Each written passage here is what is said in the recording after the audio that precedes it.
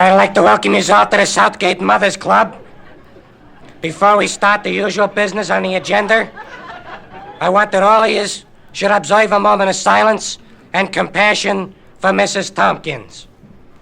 Mrs. Tompkins' kid, Humberto, was picked up this morning on a murder one rap. Now, we know that Mrs. Tompkins has not had a lot of time to spend at home with her kids. She's been very busy on the Juvenile Delinquency Committee. All right, now to the usual business. First of all, a report on next weekend's activities from our next weekend's activities reporter. Very happy to have Agnes once again. Here she is, Agnes once again. So we can get down to Charlie's before he closes. We got next of all a report on next week's guest speaker.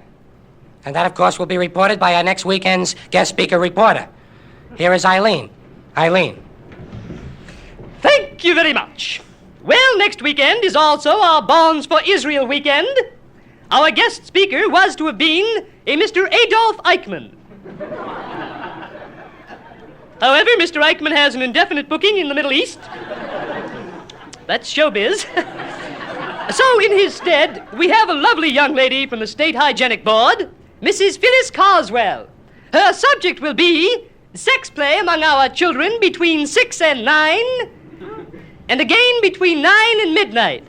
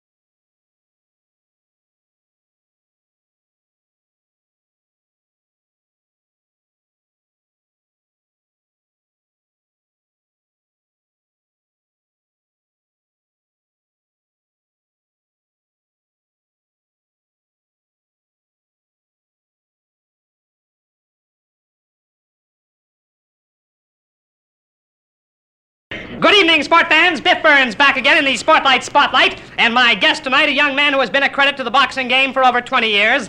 A young man who was recently called by Ring magazine one of America's boxers. I'd like to introduce him to you now, ladies and gentlemen, Killer Carlin. Yeah, well, thank you very much, Biff. It's a pleasure to be on your crummy show. Thank you, Killer. Listen, could you tell me, Killer, how your fabulous box... Time enough to move a couple of Gillette razors and a few blades, you know. Well, now, Killer, you have had over 220 professional boxing matches. That many, huh? Yes, that many. And you have yet to win one. No, that's not true. That's not true. I won a fight back in 1947. Look, Killer, before we sign off tonight, I wonder if you have a few words of wisdom to pass along to the kids that are watching us on Coast to Coast TV tonight. They may want to be boxers, too. Oh, well, that's fine. Kids, if you want to be boxers, the main thing you got to remember at all times, stay physical. You know, it's very important. Get the proper food, balanced diet. Get 8 hours sleep every night. And get good exercise. And above all, don't let your body rot. You know, a lot of kids have a tendency to let their bodies rot, you know. Rotten little kids is what yous are. I know, you bunch of rotten kids. Good night, sport fans. Good night.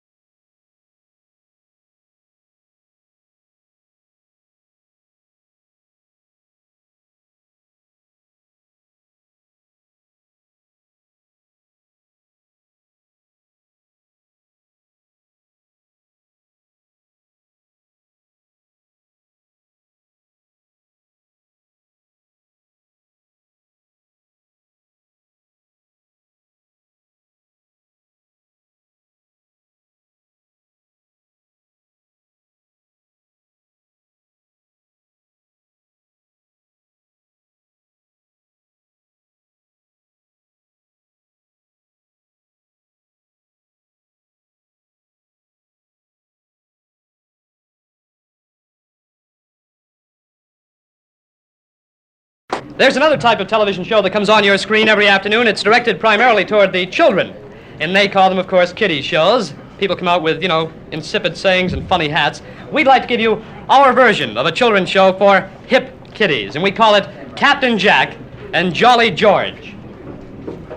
Hi, kids. It's time for Captain Jack. That's me. And Jolly George, that's me! Hey, what a show we got for you today. Oh, boy, we always have a good show for you, don't we, kids? Not like watching that square old Miss Dingaling or anything like that, huh? There's a booklet in there, girls. And you know something? If you girls read those instructions and do the exercises prescribed, that's kind of fun in itself, girls. I'll tell you what, in just 2 weeks, you'll be walking and talking and acting like girls twice your age. And you can pick up a little cash after school, you know? Yeah! Why not, huh? Okay, kids, as we do every day, we want to leave you with our thought for the day. Above all, don't forget to pray. Night, kiddies.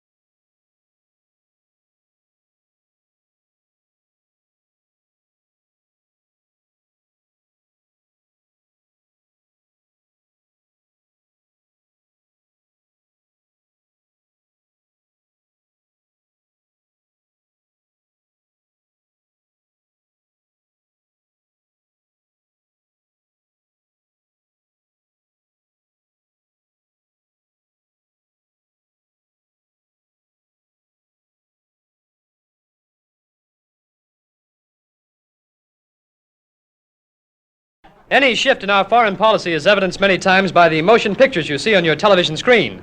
For instance, during World War II, we were motivated by chauvinistic and nationalistic purpose, and we had some great war films.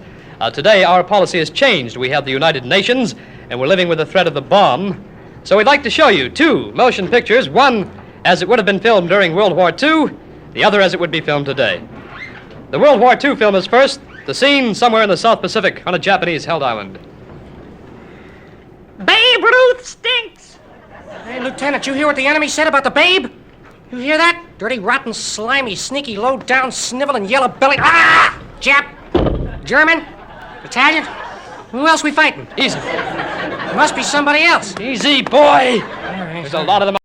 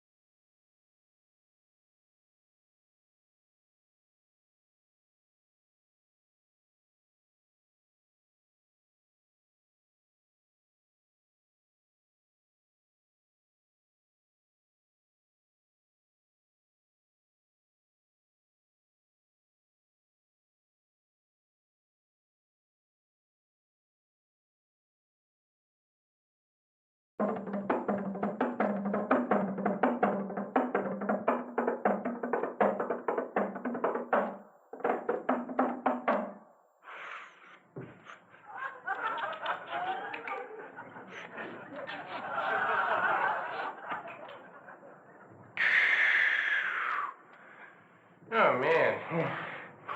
I hope I can find that guy again. Pretty wild stuff there. 5'3" and no bammies. My name is Amos Malfi. You know? Amos Malfi. And this is my partner, Herb Coolhouse. Herb is an angry poet. And I'm a fairly salty bongo player. And everything is groovy, right? Everybody high? Everything all right, good.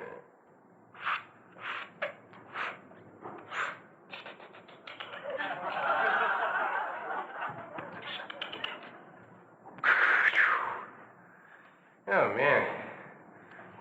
That cat up near the vent must be stoned, huh?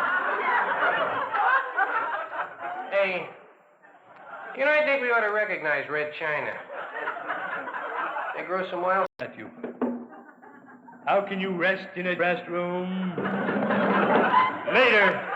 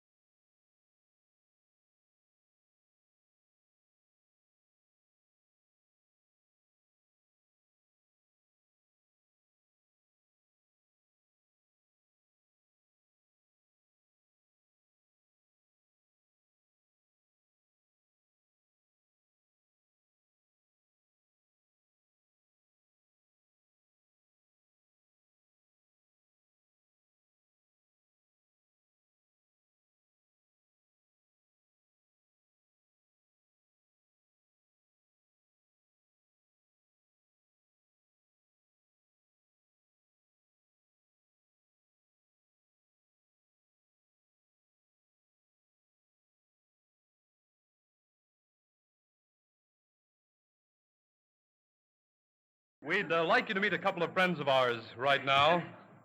One of them was called recently in the profile in the New Yorker magazine, the intellectual voice of our era. The other has been called many things, many times, the sickest of the sick comics. We'd like you to meet him first, Mr. Lenny Bruce. Well, thank you very much. I thought I would do one of the bits for you that I recorded in one of my albums. And if you like it, you can buy the album. But the little story is called The Genie in the Bottle. And it takes place on Hester Street in New York. An old Jewish neighborhood, and the proprietor of the candy store is dusting off the bottles this one morning, and he's cleaning out. She said, I feel lucky, just to have him. What's in this bottle here? Never seen this bottle before.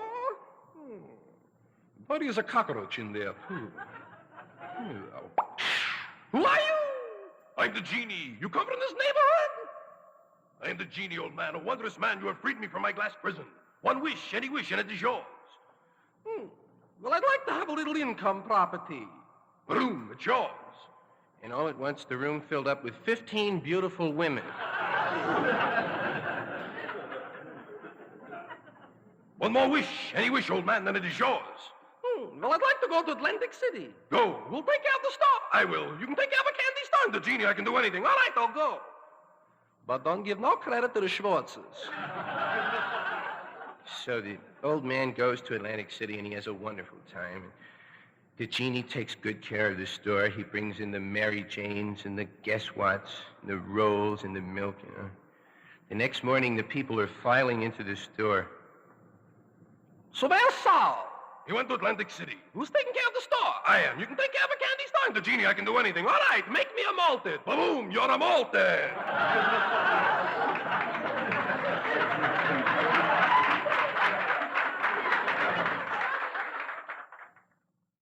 Another good friend of ours is here tonight, Mort Sahl. All right, good. Thank you. All right, forward. Good. Okay, so a lot of trouble in the world, right? You know, everybody is all shook up about the Japan riots and the collapse of the summit. In fact, things are so bad, I understand that Brubeck has canceled his tour, right? This usually portends something. See General MacArthur and Jack Parr walking in off the water together, right? All right, good. Thank you very much.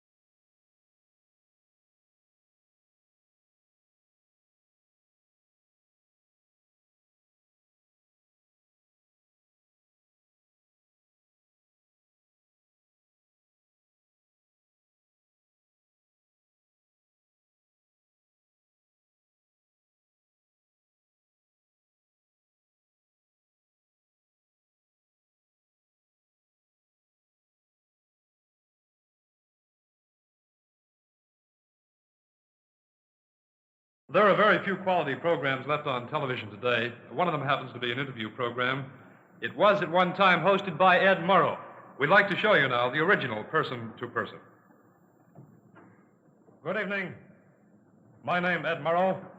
The name of the show, Person to Person. Tonight our guest, his party's front-runner for the presidential nomination, Senator Chester Freebish.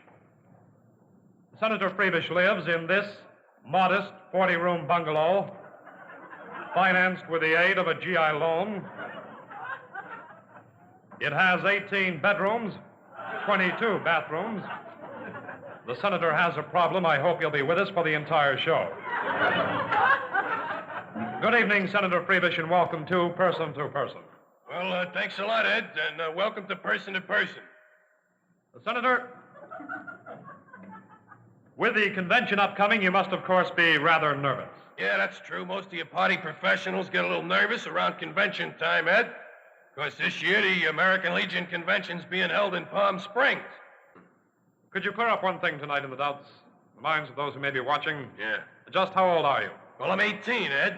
I'll be 19 a week from Tuesday. Happy birthday. Thanks a lot, Ed. Now, you say you are not worried about the religious issue. At least you ought not to be. Do you feel that people are less bigoted today than they were, say, during the days of Al Smith? No, I would say, Ed, roughly 3 to 5 times more bigoted now than ever before. I think bigotry is definitely the coming thing in this country. Definitely. Organized bigotry with great leaders like John Casper and Orville Faubus and people like that to carry on the fight. Why, I just think that the wave of the future in this country is organized bigotry. Yes, that's fine, So I'm not worried at all about religion, I'll tell you that. Well, apparently not. What have you done about the religious issue? Well, I've done the only thing that a man of any moral fiber can do. I've renounced my religion. Well, I don't think that the Rosicrucians are going to miss me. You know, I never got to many of the meetings. I never bought the stupid cookies.